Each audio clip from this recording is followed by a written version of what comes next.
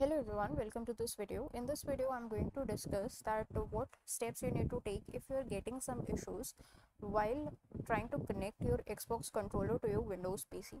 So if your Xbox controller is not getting recognized or is not getting connected, then what could be the issue? So the issue could be with the drivers. So what you can do is try to update the drivers. So how do we do that? So right click on the Windows icon and go to Device Manager. Now in the device manager, there are two possibilities where your controller could be listed. It could be listed either in the Bluetooth or in the USB section. In my case, it is not in the Bluetooth section, so I will expand the USB section. And here I can find my controller, so I can just right click over here and click on update driver, then select search automatically for drivers. So Windows will automatically search for drivers and will update the drivers, and once they are updated, then the issue should have been solved.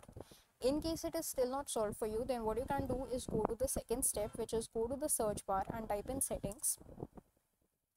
Once the setting app opens, go to update and security.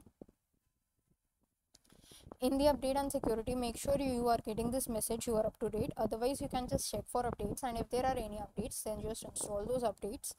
And once those updates are installed, then you can restart your system, and then you will see that your issue has been solved. That's it for this video. Thanks for watching.